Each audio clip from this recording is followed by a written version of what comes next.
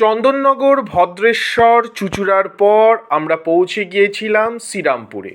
শ্রীরামপুরে এই তিনটি শহরের মতন এত বড় বা এত বিপুল পরিমাণে পুজো না হলেও হাতে গোনা এক দুটি পুজো হয়। তার মধ্যে এই পুজোটি হচ্ছে অন্যতম, যেটা নাকি শ্রীরামপুর স্টেশনের একদম কাছে অবস্থিত। এবং এই পুজোটি কিন্তু চন্দননগর, ভদ্রেশ্বর এবং চুঁচুড়ার মতনই 4 দিন ধরে পূজিত হয়ে চলে। দেখতেই পাচ্ছেন চন্দননগরে যেরকম ধরনের জগদ্ধাত্রী প্রতিমা এবং তার সাজ হয়ে থাকে, তারই অনুরূপ প্রতিমা কিন্তু এখানে নির্মাণ করা হয়েছে। মাথা উঁচু করে মাকে দেখতে হচ্ছে, যা একটা শৈল্পিক বিভা সৃষ্টি করছে।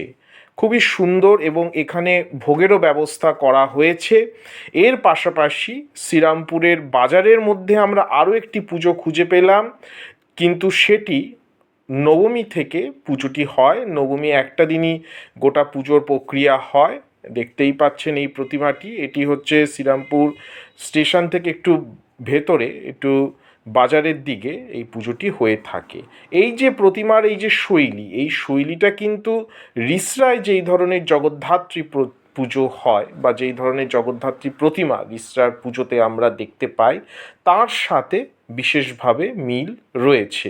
মণ্ডপে চলছিল পুজোর প্রস্তুতি, আলপনার প্রস্তুতি। স্থানীয় মহিলারা আলপনা আঁকছিলেন, সেই সময় মায়ের দেখা পেলাম। শুভ জগদ্ধাত্রী পুজো, শুভ মহা অষ্টমী। জগদ্ধাত্রী পুজো সকলের ভালো কাটুক।